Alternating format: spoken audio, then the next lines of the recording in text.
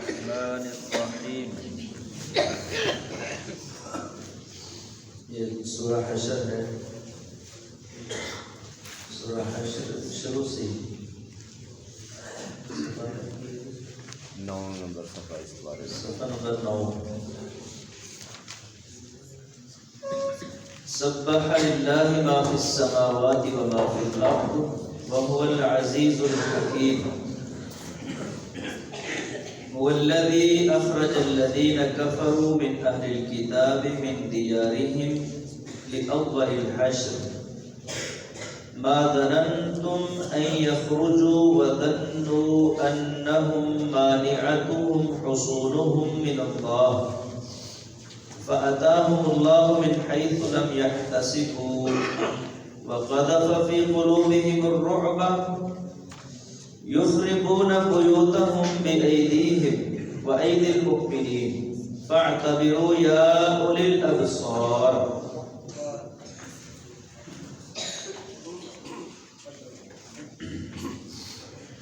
سبح پاک ہونا بیان کر دیا للہ اللہ کے لیے، اللہ کی پاکی بیان کی. ما فی السماوات ان چیزوں نے جو آسمانوں میں ہے، وما فی الارض اور ان چیزوں نے جو زمین میں ہے. جو کچھ آسمانوں میں ہے اور جو کچھ زمین میں ہے، سب چیزوں نے اللہ کا پاک ہونا بیان کیا.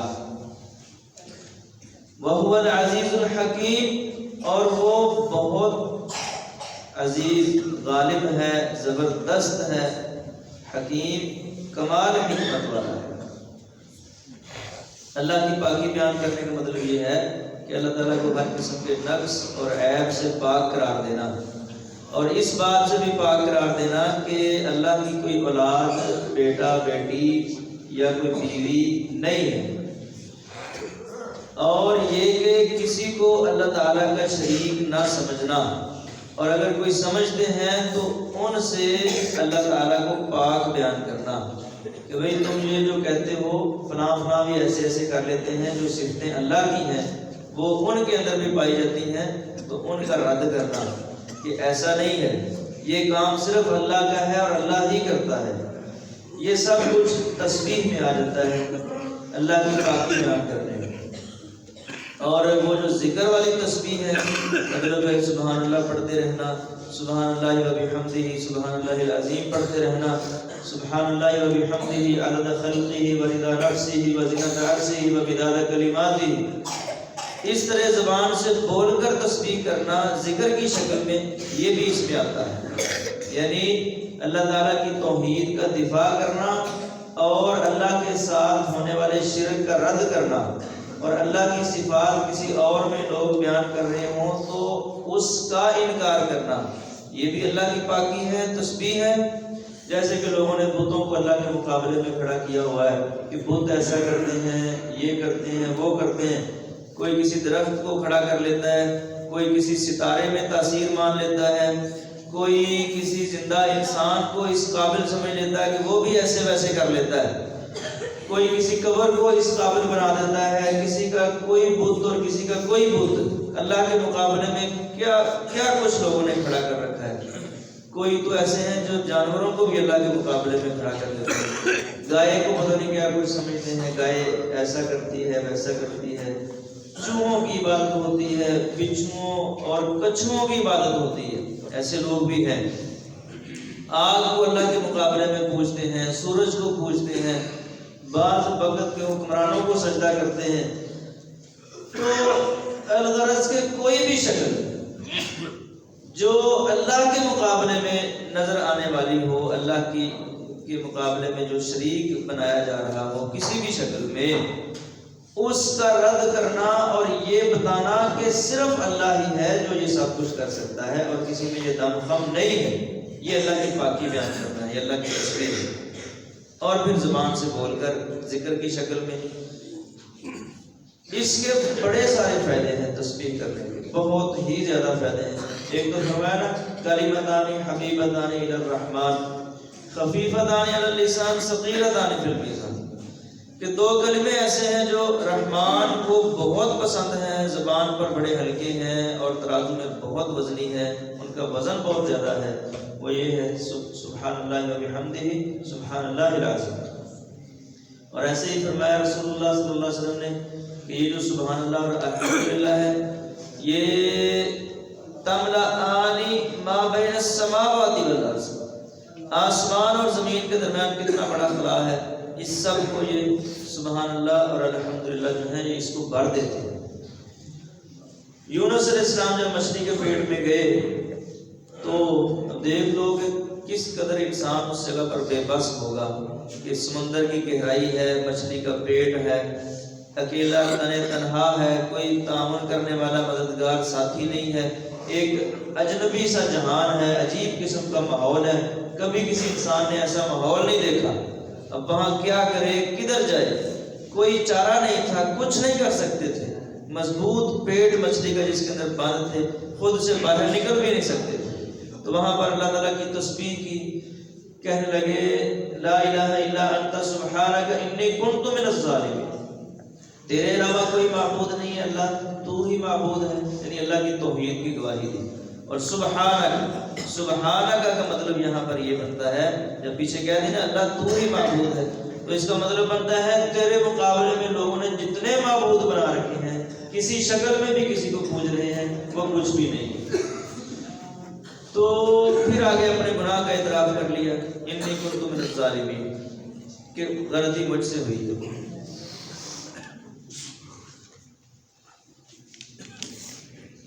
یہ بچے جو دیوار کے ساتھ بیٹھے ہیں ان باتیں ختم کرو۔ تو اللہ تعالیٰ نے فرمایا ہے قرآن میں ہی کہ لولا انہ کان من المسبحین، اگر یونس علیہ السلام مچھلی کے پیٹ میں تسبیح نہ کرتے میری تو قیامت تک مچھلی کے پیٹ میں ہی رہتے، یہ تسبیح کا ان کو فائدہ ہوا۔ خیر، سبح للہ ما فی السماوات و ما فی الارض، اللہ کی تسبیح بیان کی ہے ہر اس چیز نے جو آسمانوں میں ہے اور جو زمین میں، بلکہ چیزیں تو پھر چیزیں ہیں، قرآن میں ہی اللہ تعالیٰ نے فرمایا ہے چیزوں کے سائے بھی اللہ کی تسبیح بیان کرتے ہیں۔ یہ دیواروں کے سائے، یہ درختوں کے سائے، انسانوں کے سائے، جانوروں کے سائے، پتھروں اور پہاڑوں کے سائے، ہر چیز کا سایہ، چیز تو کرتی ہی کرتی اس کا سایہ بھی اللہ تعالیٰ کی تسبیح کرتا ہے۔ تو فرمایا کہ جو کچھ آسمان میں ہے اور جو کچھ زمین میں ہے، ہر چیز اللہ کی تسبیح کر رہی ہے۔ وَهُوَ الْعَزِيزُ الْحَكِيمُ، اور وہ بہت زبردست ہے اور کمال حکمت والا ہے۔ وَالَّذِي أَخْرَجَ الَّذِينَ كَفَرُوا مِنْ أَهْلِ الْكِتَابِ مِنْ دِيَارِهِمْ، اللہ وہ ذات ہے جس نے کافروں کو ان کے گھروں سے نکالا، لِأَوَّلِ الْحَشْرِ، پہلے اکٹھ میں ہی، اکٹھ کے شروع میں ہی، پہلے اکٹھ میں ہی اللہ نے ان کے گھر سے نکال دیا۔ یہ سورت کا نام سورہ حشر ہے نا، حشر کا معنی ہوتا ہے جمع ہونا، جیسے محشر بولتے ہیں لفظ محشر، میدان محشر بھی کہہ دیتے ہیں لوگ۔ محشر کا معنی ہے جمع ہونے کی جگہ، کہ جب قیامت کے دن اٹھنے کے بعد سب لوگ ایک جگہ پر جمع ہوں گے، تو اس میدان کا نام ہی محشر رکھ دیا کہ محشر کا معنی ہے جمع ہونے کی جگہ، اسی سے یہ حشر ہے۔ لیکن یہاں حشر سے مراد وہ حشر نہیں ہے جو قیامت کے بعد والا ہے، یہاں حشر سے مراد ایک یہودیوں کے اکٹھ کی طرف اشارہ ہے، جس کی وجہ سے چونکہ وہ واقعہ اس صورت میں بیان ہوا ہے تو اس کا نام ہی سورہ حشر رکھ دیا گیا۔ عبداللہ بن عباس رضی اللہ تعالیٰ عنہ فرماتے ہیں کہ یہ صورت جو ہے یہ یہود کا ایک قبیلہ تھا بنو نذیر، اس کے متعلق نازل ہوئی ہے۔ بلکہ ایک دفعہ ایک شخص نے عبداللہ بن عباس رضی اللہ عنہ کے سامنے اس صورت کا نام سورہ حشر بولا تو فرمانے لگے کہ اس کو سورہ نذیر، سورہ بنی نذیر بولو اس کو، کہ یہ بنو نذیر کے متعلق نازل ہوئی ہے۔ ہوا یہ تھا کہ رسول اللہ صلی اللہ علیہ وسلم جب ہجرت کر کے مدینے میں گئے تو نبی علیہ السلام ماشاءاللہ بڑے کمال دانا آدمی تھے، بہت زیرک سمجھدار شخص تھے، اللہ تعالیٰ نے آپ کو عقل سلیم عطا کر رکھی تھی۔ مدینہ میں جب گئے نا تو آپ کو پتا تھا یہودی بھی ہمارے دشمن ہیں، اور پیچھے مکے والے بھی کوئی آرام سے بیٹھنے والے نہیں ہیں، وہ بھی چڑھے آ رہے ہیں۔ آپ نے سوچا کہ اگر پیچھے سے مکے والے چڑھ آئے اور آگے سے یہ یہودی جو ہیں جو مدینے میں پہلے پہلے سے بڑے مضبوط بن کے رہ رہے ہیں، انہوں نے بھی مقابلہ کر دیا تو ہم تو کمزور ہیں، تو کیسے پھر یہ مسئلہ کنٹرول ہوگا؟ تو رسول اللہ صلی اللہ علیہ وسلم نے کیا کیا کہ ان کے ساتھ جاتے ہی ایک معاہدہ لیا. ان کے 3 بڑے خاندان قبیلے تھے وہاں پر، بنو نذیر اور بنو قینقاع اور بنو قریظہ. آپ نے ان کو بلایا، ایک میٹنگ بلائی، ان کے بڑے بڑے سردار جمع کیے، ان کو کہا کہ دیکھو بھائی یہ ہمارا علاقہ ہے مدینہ، تم بھی یہاں کے رہنے والے ہو، ہم بھی یہاں کے رہنے والے ہیں، تو باہر سے اگر کوئی دشمن حملہ کرتا ہے، ہمارے شہر میں تباہی ہوتی ہے، تو ہمارا سب کا مشترکہ نقصان ہے، تو ہم نے مل کے مقابلہ کرنا ہے. پہلے ان کو یہ کہا کہ اگر تمہارے اوپر کوئی حملہ کرے گا نا تو ہم تمہارے ساتھ انشاءاللہ مل کے لڑیں گے، اور اگر ہمارے اوپر کسی نے حملہ کیا تو پھر تم ہمارے ساتھ لڑو گے، ایک دوسرے کا ساتھ دیں گے باہر والے دشمن کے خلاف. اس طرح ایک مشترکہ سی بات کر کے نا ان کو ایک معاہدے میں پرو لیا، اور یہ کہا کہ دیکھنا ایک دوسرے کے خلاف نہ ہم تمہارے خلاف چڑھائی کریں گے، نہ تم نے ہمارے خلاف کچھ کرنا ہے، اگر کیا تو پھر معاہدہ ٹوٹ جائے گا، اور ایک دوسرے کے ساتھ تعاون بھی ہوگا اور ایک دوسرے کے حقوق کا خیال بھی ہوگا. تو انہوں نے کہا جی ٹھیک ہے. اس کو تاریخ میں میثاق مدینہ کے نام سے بھی یاد کیا جاتا ہے. پھر وہ جو جب جنگ بدر ہوئی، اس کے بعد پھر جنگ احد ہوئی، مکے کے مشرکوں کو کافی مار پڑی. انہوں نے پہلے تو خط لکھا عبداللہ بن ابی کو، جو منافق تھا اور اس کے کچھ ساتھی تھے، ان کو خط لکھا کہ ہمارے لوگ ہیں یہ، یعنی یہ محمد رسول اللہ صلی اللہ علیہ وسلم اور ان کے ساتھی جو مکے سے ہجرت کر کے مدینے میں آئے، یہ ہمارے لوگ ہیں، ہم سے بھاگ کر تمہارے پاس آئے ہوئے ہیں، تم نے ان کو پناہ دی ہوئی ہے، ہم تمہیں یہ کہتے ہیں کہ ان کو مار مار کر مدینے سے باہر نکال دو، ہماری طرف واپس بھیج دو. اگر تم نے ایسا نہ کیا تو پھر ہم تمہارے خلاف لڑیں گے، پھر ہم تمہیں ماریں گے بھی، تمہاری عورتوں کو گرفتار کر کے بھی لے جائیں گے. وہ تیار ہو گئے مسلمانوں کے خلاف لڑنے کے لیے. جب خبر پہنچی نبی صلی اللہ علیہ وسلم کو کہ یہ تو ہمارے خلاف لڑنے کے لیے اکٹھے ہو گئے ہیں، وہ منافقین عبداللہ بن ابی اس کا گروہ، تو آپ نے ان کے جو بڑے بڑے تھے نا ان کو بلایا، ان کو کہا کہ تم تھوڑی سی عقل سے کام لو، تم کن کے خلاف لڑنے لگے؟ یہ اوس اور خزرج کے لوگ تمہارے رشتہ دار ہیں، سارے تمہارے چچے تائے کے بیٹے ہیں، لگتے لگاتے ہیں، ماسی خالہ پھوپھی کے بیٹے، ان کے خلاف لڑو گے؟ مکے کے مشرکوں کے کہنے پر اپنے رشتہ داروں کے خلاف لڑو گے؟ تم سے بڑا بیوقوف کون ہے؟ اس سے زیادہ تمہارا نقصان کون کر سکتا ہے کہ تم خود ہی اپنے رشتہ داروں کو قتل کرو؟ یہ بات جب نبی اسلام نے کو کہی نا تو ان کے خانے میں بات بیٹھ گئی کہ بات تو ٹھیک ہے کہ ایک باہر کے لوگ ان کے کہنے پر اپنے رشتہ داروں کو قتل کریں، یہ کون سی عقل مندی؟ تو وہ تو اس کام سے آگے باز. پھر انہوں نے جو مکے کے مشرک تھے نا، انہوں نے پھر کہا کہ یہ تو ہمارے کام کے لوگ نہیں ہیں.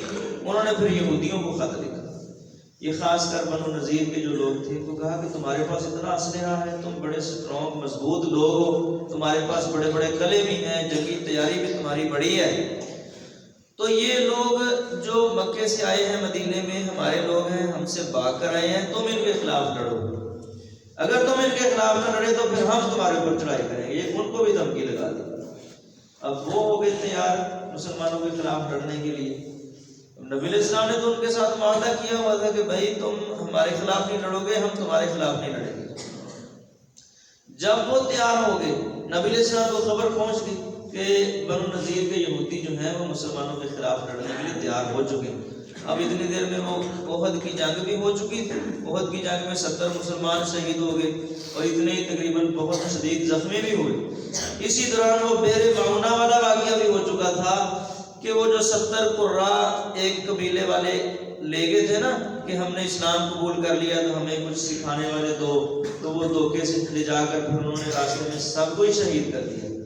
تو یہ بہت بڑا سانحہ تھا. مسلمانوں کے اوپر چند دنوں میں 2-3 بڑی ضربیں لگ چکی تھی، بڑا نقصان ہو چکا تھا. اب اسی دوران یہ خبر بھی آ گئی کہ بنو نذیر جو ہے وہ ہمارے خلاف لڑنے کے لیے جمع ہو رہے ہیں. تو نبی علیہ السلام تو آپ نے دیکھا کہ یہ تو بڑا نازک موقع ہے. تو آپ نے ادھر ان کو پیغام بھیجا بنو نذیر کو کہ یہ تم ہمیں خبر پہنچی ہے کہ ہمارے خلاف لڑنا چاہتے ہو، تو ہمارا تو تمہارے ساتھ معاہدہ ہے، یہ کیا کر رہے ہو تم لوگ؟ تو انہوں نے کہا کہ ایسا کرتے ہیں کہ ہم اپنے 30 علماء آپ کی طرف بھیجتے ہیں، آپ اپنے 30 بڑے لوگ ہماری طرف لے کر آ جاؤ، کسی ایک جگہ پر اکٹھے ہو کر آپس میں بات کرتے ہیں، جو ہمارے علماء فیصلہ کر دیں گے ہم اس پر جو ہے نا آپ کے ساتھ ہیں، جو ہمارے بڑے لوگ فیصلہ۔ کہا جی چلو ٹھیک۔ نبی علیہ السلام نے اپنے کچھ ساتھیوں کو ساتھ لیا، ابوبکر رضی اللہ عنہ، عمر اور فلاں فلاں فلاں، کافی سارے صحابہ کو ساتھ لیا، ان کے بھی کچھ 30 کے قریب لوگ آ گئے۔ تو آپ ان کے علاقے کی طرف ہی چلے گئے، تو کسی بلڈنگ کے پاس کسی ایک جگہ میں بیٹھ کے جمع ہو گئے۔ تو انہوں نے کہا رسول اللہ صلی اللہ علیہ وسلم کو کہ آپ یہاں بیٹھو، ہمارے کچھ اور لوگ بھی آ رہے ہیں، ان کے آنے تک آپ تشریف رکھو، پھر ہم آپس میں بات کرتے ہیں۔ نبی علیہ السلام ایک دیوار تھی یا کوئی بلڈنگ تھی، عمارت تھی، اس کے ساتھ ٹیک لگا کر بیٹھ گئے۔ یہودیوں نے سوچا کہ اس سے بڑا موقع ہمیں ہاتھ نہیں آئے گا، کتنا غنیمت کا موقع ہے کہ نبی صلی اللہ علیہ وسلم ایک دیوار کے ساتھ ٹیک لگائے بیٹھے ہیں۔ انہوں نے پروگرام بنایا کہ کوئی بندہ اوپر چڑھے کمرے کی چھت پر، اور اوپر سے کوئی بھاری پتھر نبی علیہ السلام کے اوپر گرا دے، تاکہ پتھر آپ کو لگنے سے آپ کا کام تمام ہو جائے اور ہماری اس مسئلے میں ویسے ہی جان چھوڑ دے۔ انہوں نے ایک پروگرام بنا لیا، رسول اللہ صلی اللہ علیہ وسلم کو شہید کر دیا۔ یہ خبیث قوم ہے، یہ تو انبیاء کو شہید کرتی آئی ہے نا، انہوں نے بہت سے انبیاء کو پہلے بھی شہید کیا۔ نبی علیہ السلام پر بھی کئی مرتبہ ان لوگوں نے قاتلانہ حملے کیے، بلکہ ایک بڑے عالم نے یہ بات لکھی ہے کہ 9 مرتبہ ٹوٹل 14 حملے ہوئے ہیں نبی صلی اللہ علیہ وسلم پر، قاتلانہ حملے 14 میں سے 9 حملے وہ ہیں جو یہودیوں نے رسول اللہ صلی اللہ علیہ وسلم کے اوپر کیے۔ یہ خبیث لوگ ہیں، جو انبیاء کے دشمن ہیں، قاتل ہیں انبیاء کے۔ تو نبی علیہ السلام اس کے ساتھ چیک لگائے بیٹھے تھے دیوار کے ساتھ۔ انہوں نے پروگرام بنایا کہ اوپر چڑھے کوئی بندہ، اوپر سے کوئی پتھر گرا دے تو آپ کو شہید کر دے۔ اب اللہ تعالیٰ نے نبی علیہ السلام کو وحی کر کے بتا دیا کہ ان کا یہ پروگرام ہے، یہ آپ کو شہید کرنا چاہتے ہیں۔ نبی علیہ السلام فوراً اس جگہ سے اٹھے جہاں ٹیک لگا کے بیٹھے، اور اپنے ساتھیوں کو ابوبکر، عمر رضی اللہ عنہ اور جو بھی ساتھ تھے سب کو کہا چلو بھی واپس چلے، مدینے چلتے۔ اتنی دیر پیچھے مدینے کے لوگ بھی نا، جو دیگر صحابہ تھے، چند کوئی ساتھ لے کر گئے تھے نا، باقی تو مدینے میں تھے، وہ بھی بڑی شدت کے ساتھ انتظار کر رہے تھے، بلکہ آہستہ آہستہ وہ بھی اس علاقے کی طرف جا رہے تھے۔ تو نبی علیہ السلام سب کو پھر لے کے مدینے میں چلے گئے اور کہا کہ انہوں نے معاہدہ توڑ دیا ہے۔ معاہدہ تو یہ تھا کہ ایک دوسرے کا دفاع کریں، یہ تو مجھے ہی قتل کرنے پر اتر آئے ہیں، انہوں نے معاہدہ توڑ دیا ہے، اب ہم نے ان کے خلاف جنگ لڑنی ہے۔ پھر رسول اللہ صلی اللہ علیہ وسلم نے اپنے ساتھیوں کو، بھائیوں کو جنگ کی ترغیب دی، تیاری کی، 1-2 دن لگے تیاری تیاری کر کے نا پھر آپ اس جگہ پر پہنچے، بھائیوں کو ساتھ لیا، اسلحہ ساتھ لیا، اور ان کو کہا آپ کے ساتھ ہماری جنگ ہوگی بھائی۔ وہ لوگ بزدل لوگ بھی تھے، کوئی اتنے کوئی بہادر تو تھے نہیں کہ سامنے آ کر جنگ کریں، وہ اپنے قلعوں میں گھس گئے، ان کے بڑے بڑے مضبوط قلعے انہوں نے بنائے ہوئے تھے، ان کے اندر داخل ہو گئے اور باہر سے دروازے بند کر لیے۔ رسول اللہ صلی اللہ علیہ وسلم ان کے قلعوں کے ارد گرد اپنے ساتھیوں کو لے کر بیٹھ گئے کہ چلو کبھی تو باہر نکلیں گے، جیسے پرانے زمانے میں جنگوں کا ایک سٹائل ہوتا تھا کہ لوگ قلعے میں گھس جاتے تھے تو دشمن باہر بیٹھ جاتا تھا، ایسے وہ یہودی قلعے میں گھس گئے اور مسلمان ان کے باہر بیٹھے۔ اسی دوران رسول اللہ صلی اللہ علیہ وسلم نے ان کے جو کھجوروں کے درخت تھے نا، وہ بھی کافی سارے کٹوا دیے۔ وہ ان کے بڑے بڑے کھجوروں کے تگڑے باغ تھے، یہی ان کی معیشت تھی، اسی سے وہ کھجوریں جو ہے نا باہر بیچتے تھے اور اس سے پیسہ کماتے تھے۔ جب انہوں نے دیکھا کہ ہمارے کھجوروں کے باغات کٹ رہے ہیں، ان کے تو سینوں میں آگ لگی کہ یہ کیا ہو رہا ہے۔ خیر کوئی بعض روایات میں آتا ہے کہ 1 ہفتہ 6 دن اور بعض میں ہے کہ 15 دن نبی علیہ السلام ان کے قلعوں کے ارد گرد بیٹھے رہے۔ پھر جب ان کی بس ہو گیا، پھر کتنی کو دیر اندر بیٹھیں گے، تو انہوں نے کہا کہ ہم ہتھیار ڈال دیتے ہیں، ہم آپ کے خلاف جنگ نہیں لڑتے، آپ ہمارے متعلق جو فیصلہ کرتے ہیں ہمیں قبول ہے۔ تو رسول اللہ صلی اللہ علیہ وسلم نے پھر ان کو کہا کہ اب تمہارا یہاں رہنا ہمیں قبول نہیں ہے، ہم تمہارے بارے میں یہ فیصلہ کرتے ہیں کہ تم اونٹوں پر جتنا سامان لاد سکتے ہو اتنا سامان لاد کر لے کر یہاں سے دور کہیں کسی اور ملک میں نکل جاؤ، اب ہم تمہیں یہاں نہیں رہنے دیں گے۔ الرحیق المختوم میں لکھا ہوا ہے کہ 600 اونٹوں کا قافلہ انہوں نے پھر تیار کیا. انہوں نے اپنے جو قیمتی سامان تھے، بچوں کو، عورتوں کو اور گھروں کے جو قیمتی سامان تھے، جو کچھ اونٹوں پر لاد سکتے تھے انہوں نے لاد لیا. حتیٰ کہ وہ اپنے گھروں کے دروازے، بڑے بڑے قیمتی دروازے انہوں نے لگائے ہوئے تھے، اور گھروں کی کھڑکیاں اور چھتوں کے قیمتی گارڈر اور شتیر اور اس طرح کی کوئی چیزیں جو وہ سمجھتے تھے کہ بڑی قیمتی ہیں، اپنے ہاتھوں سے اپنے گھروں کے دروازے توڑ رہے تھے، گھروں کی کھڑکیاں توڑ رہے تھے، چھتوں کے شتیر اتار رہے تھے. سب کچھ اپنے اونٹوں پر لوڈ کر کے جو کچھ لے جا سکتے تھے وہ لے گئے. پھر کوئی خیبر کی طرف نکل گئے، کوئی کسی اور طرف، کوئی کسی اور طرف. سارے کے سارے قبیلے کو رسول اللہ صلی اللہ علیہ وسلم نے مدینے سے جلا وطن کر دیا. تو یہ اس صورت میں اس واقعہ کا تذکرہ ہے. چونکہ وہ اکٹھے ہو کر پھر نکلے نا، تو اس اکٹھے ہو کر پہلے کلا بند ہوئے، پہلے اکٹھے ہو کر مقابلے میں آنے کی کوشش کی، پھر اکٹھے ہو کر کلا بند ہوئے، پھر اکٹھے ہو کر مدینے سے باہر نکلے. تو اس اکٹھ کی وجہ سے اس سورت کا نام پڑ گیا سورۃ الحشر. حشر کا معنی ہے اکٹھے. تو فرمایا اللہ تعالیٰ نے هو الذی اخرج الذین کفروا من اہل الکتاب، اللہ وہ ذات ہے جس نے اہل کتاب کے جو کافر لوگ ہیں، مراد یہاں پر یہودی ہیں، ان کو نکالا من دیارہم، ان کے گھروں سے، لاول الحشر، پہلے اکٹھ میں ہی. یعنی ابھی کوئی ان کے ساتھ کوئی یہ نہیں کہ پہلے کوئی بڑی 10-15 جنگیں ہو چکی ہوں، ایسا نہیں. ایک ہی جنگ ان کے ساتھ ہوئی، وہ بھی سامنے آ کر مقابلہ نہیں کر سکے، پہلی جنگ میں ہی وہ میدان چھوڑ کر بھاگ گئے. ما ظننتم ان یخرجوا، اللہ تعالیٰ مسلمانوں کو کہہ رہے ہیں کہ تم نہیں یہ سمجھتے تھے کہ وہ نکلیں گے، تمہارے وہم و گمان میں بھی نہیں تھا کہ اتنے مضبوط لوگ جن کے پاس جنگی ساز و سامان بھی ہے اور بڑے بڑے قلعے بھی ہیں، تم نے سوچا بھی نہیں تھا کہ وہ نکل جائے. وَظَنُّوا، اور وہ یہ سمجھتے تھے، أَنَّهُمْ مَانِعَتُهُمْ حُصُونُهُمْ، کہ ان کے جو بڑے مضبوط قلعے ہیں وہ ان کا دفاع کریں گے، ان کی حفاظت کریں گے، من اللہ، اللہ کے مقابلے میں. یعنی مسلمانوں نے سوچا بھی نہیں تھا کہ یہ نکل جائیں گے، اور وہ سمجھتے تھے کہ ہمارا بڑا جو جنگی ساز و سامان اور مضبوط قلعے ہیں یہ ہماری حفاظت کریں گے. فَأَتَاهُمُ اللَّهُ مِنْ حَيْثُ لَمْ يَحْتَسِبُوا، اور اللہ ان کو وہاں سے آیا جہاں سے انہوں نے سوچا بھی نہیں تھا. اللہ نے وہاں سے ان پر وار کیا جہاں سے انہوں نے سوچا بھی نہیں تھا. کیا بڑا مطلب اس کا مطلب ہے وَقَذَفَ فِي قُلُوبِهِمُ الرُّعْبَ، کہ چلو قلعے تو انہوں نے بند کر لیے تھا کہ سامنے نہیں آئے کہ ان کو کوئی نقصان پہنچے. تو دل جو اللہ کے کنٹرول میں ہے ان کو تو بند نہیں نہ کر سکتے تھے. قلعوں کے دروازے تو بند کر لیے، تو اللہ نے ان کے دلوں کے اندر روب ڈال دیا. یہ مطلب ہے اللہ ان کو وہاں سے آیا جہاں سے انہوں نے سوچا بھی نہیں تھا، مطلب ان کے دلوں میں روب ڈال دیا. ڈرنا شروع ہو گئے کہ پتہ نہیں اب کیا بنے گا. یخربون بیوتہم بایدیہم، اچھا یہ نبی صلی اللہ علیہ وسلم کو اللہ تعالیٰ نے ایک خاص جو ہے نا خاصیت بھی عطا کر رکھی تھی. آپ نے فرمایا کہ نصرت بالرعب مسیرۃ الشہر، مجھے اللہ تعالیٰ نے ایک رعب دیا ہوا ہے کہ 1 مہینے کی مسافت میں ہوتا ہوں تو میرا دشمن مجھ سے ڈرنا، لرزنا، کانپنا شروع کر دیتا ہے.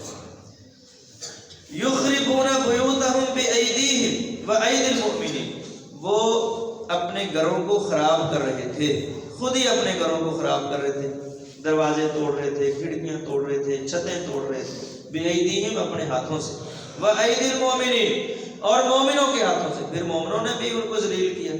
فاعتبروا یا اولی الابصار، بس اے عقل والو، اے بصیرت والو، تم اس سے عبرت حاصل کرو. اللہ تعالیٰ سمجھنے